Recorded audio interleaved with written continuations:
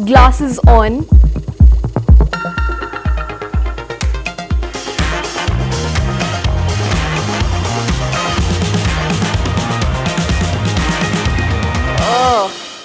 Hi, welcome to Groww का science lab. Don't worry, अब सही यूट्यूब चैनल पे है। हाय मारुनिमा, और आज हम सीखेंगे कि अच्छे म्यूचुअल फंड पोर्टफोलियो को बनाने के लिए सीक्रेट फॉर्मूला क्या है।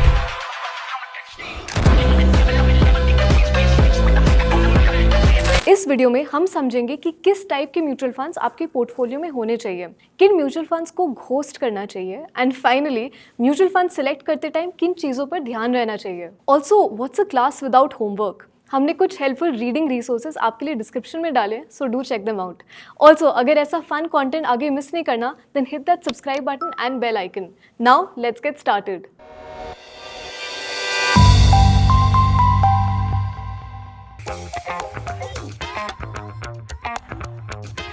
लैब एक्सपेरिमेंट कैसे शुरू होता है? हमें सेट करना है aim, objective, equipment, procedure, all of those things. Same चीज अब म्यूचुअल फंड पोर्टफोलियो के कॉन्टेक्स्ट में भी करना है। Let's say we have a favourite student Chatur. ये 25 है, कॉलेज डिग्री खत्म करनी है, सपने तो फायर के हैं, फाइनेंशियल इंडिपेंडेंस, रिटायर होली, लेकिन थोड़ा रियलिटी चेक भी करते हैं। जनाब की सैलरी है 20,000 रुपये पर महीना। इससे कुछ छोटी मोटी ख्वाहिशें भी पूरी की है, जैसे एक नया फ़ोन, घर वालों को पैसे भी दिए। कट टू ईयर एंड, चतुर के खाते में 40 से 50,000 रुपये। तो अब इनके लिए म्यूचुअल फंड का पोर्टफोलियो बनाते हैं। तो ये चतुर के फाइनेंशियल गोल्स, इन्वेस्टमेंट का टाइम होराइजन और उसका कॉपस, बाइक, शादी, रिटायरमेंट, ये है मेन गोल्स। अब क्या है ना बाबू मोशाय, जिंदगी लंबी और बड़ी हो सकती है, इसलिए रिटायरमेंट प्लानिंग सुपर इंपॉर्टेंट है। अब ये 3.2 करोड़ रुपये का फिगर कैसे आया? ग्रो का रिटायरमेंट कैलकुलेटर। चतुर की एज है 25, तो यहाँ 25 लिख देते हैं। मंथली एक्सपेंसेस है लगभग 12,000 रुपये पर महीना, तो 12,000 rupees per month. What kind of retirement do you want? Like a king. इसके बाद अप्रोच क्या होनी चाहिए? सेफ, बिल्कुल रिस्क नहीं लेने का, मतलब थिंग्स लाइक गवर्नमेंट का 10 ईयर AAA बॉन्ड। तो फिर इन फिगर्स के मुताबिक आप करीब 6 to 7% का रियल रेट एक्सपेक्ट कर सकते हैं। So that is the safe वाला ऑप्शन यहाँ पे।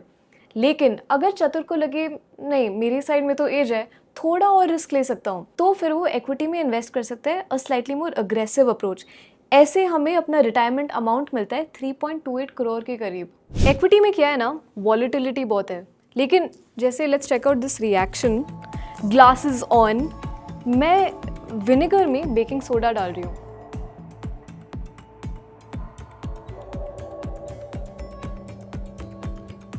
Let's see.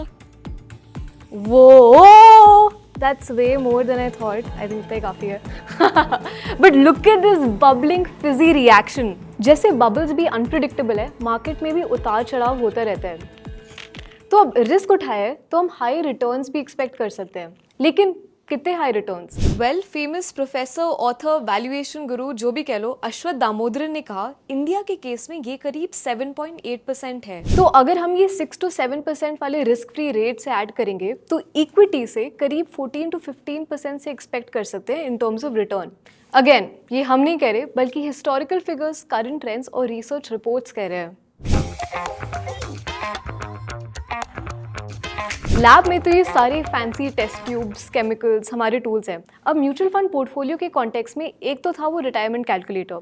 इसके अलावा mutual fund screener, comparison websites, return calculators भी कुछ और टूल्स हो सकते हैं। म्यूचुअल फंड्स के कुछ मेन टाइप्स हैं, इक्विटी, डेट और hybrid mutual funds. Now debt और equity don't mix, kind of like this lava lamp experiment. तो मैंने यहाँ पे वेजिटेबल ऑयल लिया है। I am going to mix this with some baking soda. अब ये है vinegar plus some red food colouring. इस इफेक्ट को सही में कूल लगने के लिए we need a flashlight. तो मैं यहाँ पे इसको ऑन कर रही हूँ एंड टाइम टू मिक्स।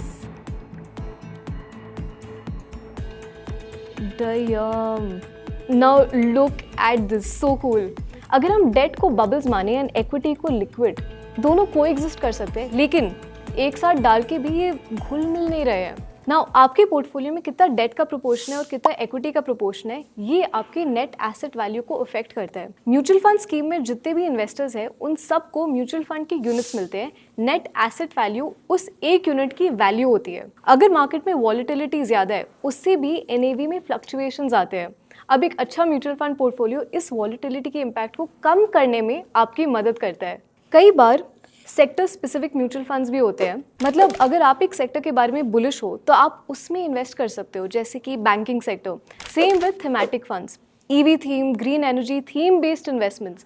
लेकिन उसका फ्लिप साइड है, अगर वो सेक्टर डाउन जाता है या वो थीम डाउन जाती है तो आपके रिटर्न्स भी नेगेटिवली इम्पैक्ट हो सकते हैं।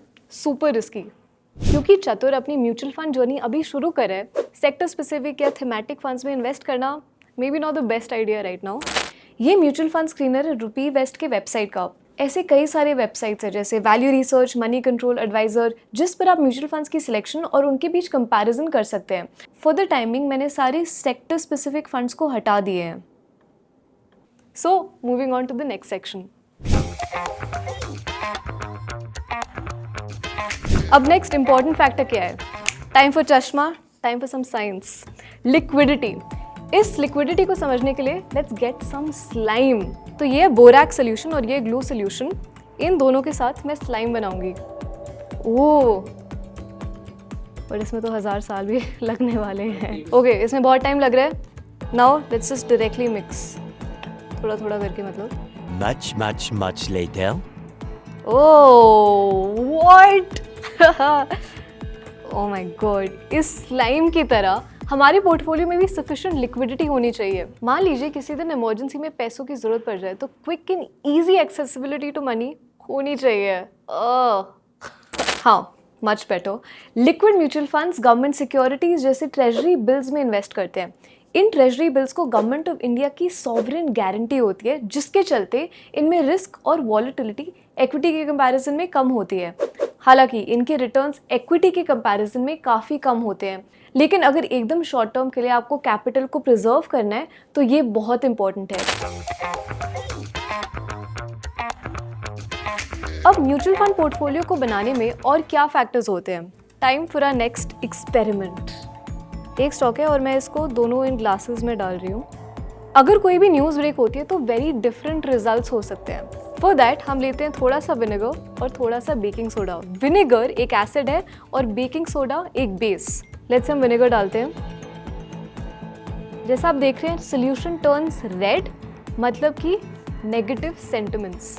और अगर मैं इसमें बेकिंग सोडा डालती हूँ तो जैसे कि आप देख सकते हैं इट्स टर्निंग ग्रीन/ब्लू, मतलब पॉजिटिव सेंटिमेंट्स ऑफ इन्वेस्टर्स। और ये बिहेवियरल फैक्टर्स मार्केट की वॉलेटिलिटी में एक बहुत बड़ा फैक्टर प्ले करते हैं। ये इंस्टेबिलिटी के रीजंस क्या हो सकते हैं?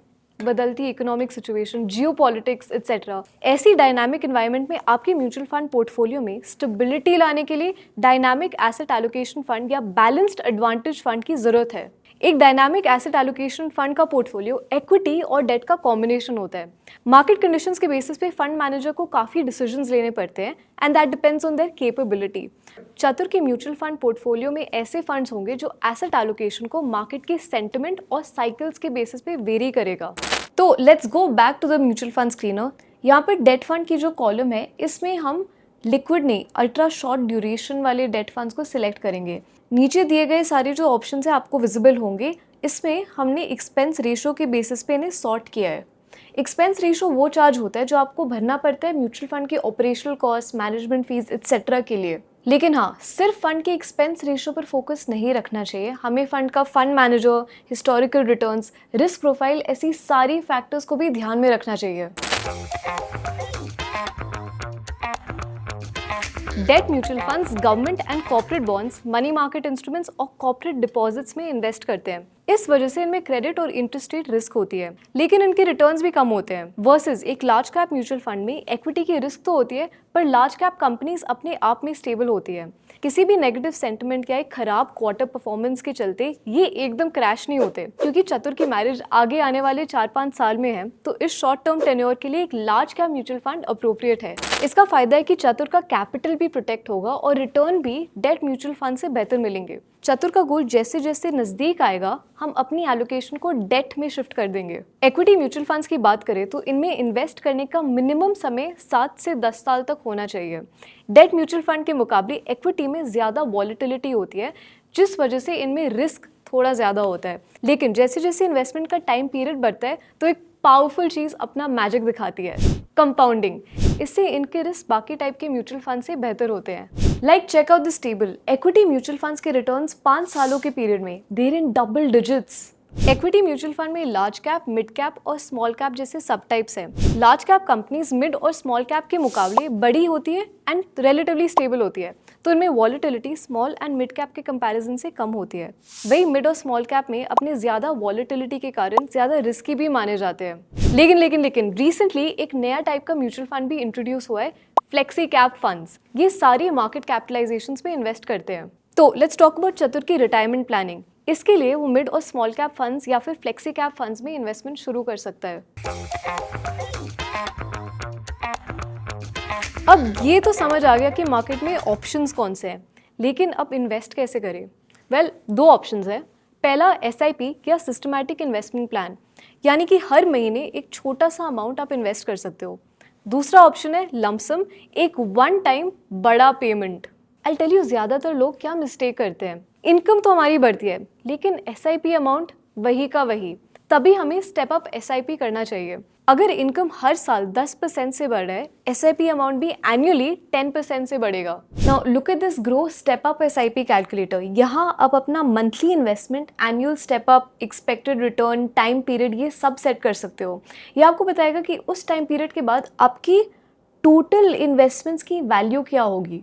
ओके, लेकिन अब समझ आ गया कि डेट और इक्विटी में डालना है, लेकिन कितना डालना है और किस में डालना है, इसके लिए 100 माइनस योर एज रूल एक अच्छा थंब रूल है। मतलब वो 75% इक्विटी में इन्वेस्ट कर सकता है, लाइक इन दिस चार्ट।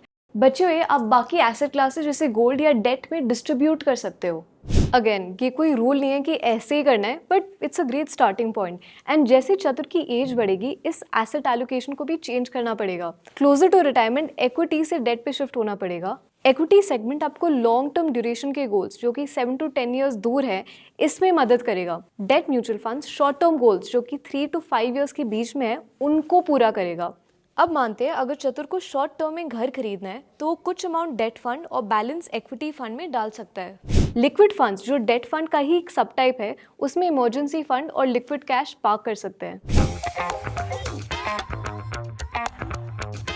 कौन सा फंड बेटर है, ये कैसे जाने?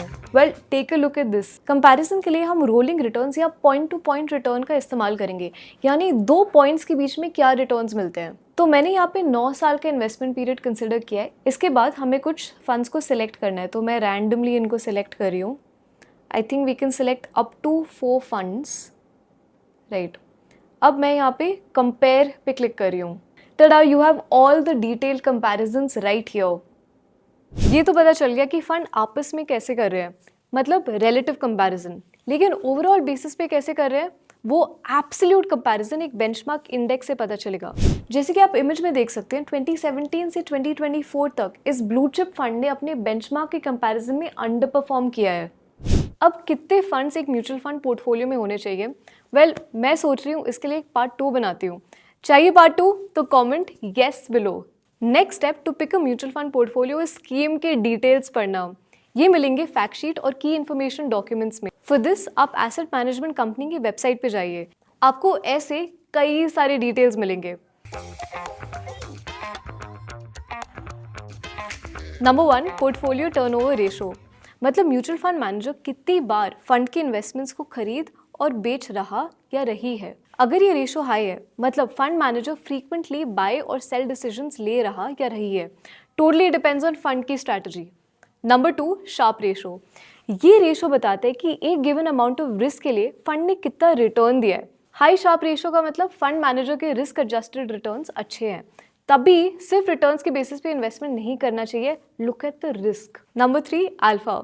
सिर्फ क्लास नहीं, पूरे कॉलेज के एवरेज के कंपैरिजन में चतुर को कितने मार्क्स मिले। लेट्स से चतुर ने बेटर परफॉर्म किया, वो जो पॉजिटिव डिफरेंस है बिटवीन चतुर and college average, that is called alpha. Benchmark index से कितने ज्यादा रिटर्न्स इस फंड ने दिए हैं। Number 4, beta.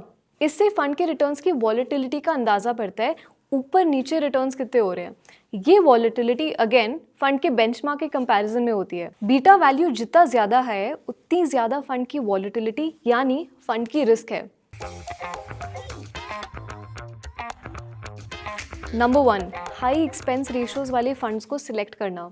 एक्सपेंस रेशियो अगर ज़्यादा हो तो आपका इन्वेस्टमेंट रिटर्न कम हो जाता है। लेट्स से 10,000 रुपये की मंथली SIP है, 12% रिटर्न देने वाले म्यूचुअल फंड में इन्वेस्ट करते हैं, तो आपका टोटल कॉर्पस लगभग 1 करोड़ रुपए का होना चाहिए।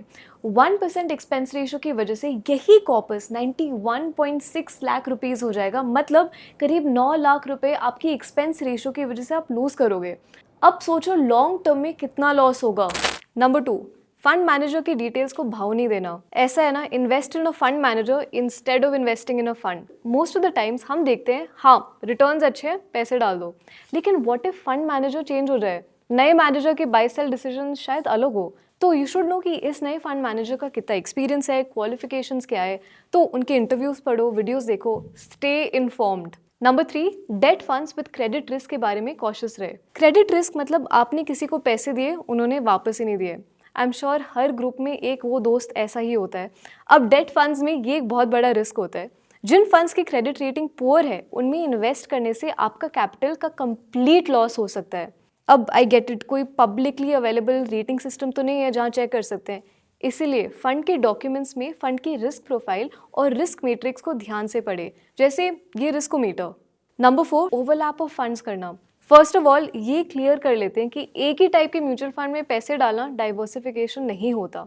डाइवर्सिफिकेशन का मतलब आप अलग अलग एसेट क्लासेस, सेक्टर्स, मार्केट कैपिटलाइजेशंस में इन्वेस्ट करते हैं। अगर एक ही टाइप के मल्टीपल फंड्स में इन्वेस्ट करते हैं तो इसे पोर्टफोलियो ओवरलैप कहते हैं। इन्वेस्टमेंट पोर्टफोलियो को मैनेज करना और भी मुश्किल। यही नहीं, हर एक फंड का एक्सपेंस रेशियो, एग्जिट लोड भी भरना पड़ेगा, मतलब रिटर्न्स और भी कम। एक सॉलिड म्यूचुअल फंड पोर्टफोलियो के लिए क्या करना चाहिए? पहला इन्वेस्टर को फाइनेंशियल गोल्स, रिस्क प्रोफाइल के बेसिस पर ही उनका एसेट एलोकेशन डिसाइड करना चाहिए। इसके बाद आता है फंड स्क्रीनिंग और कंपैरिजन। ऑल्सो सारे important ratios and common mistakes को मत भूलना। और सीखना है, check out the reading resources in the description. This is Arunima Rao signing off. मिलते हैं अगली बार।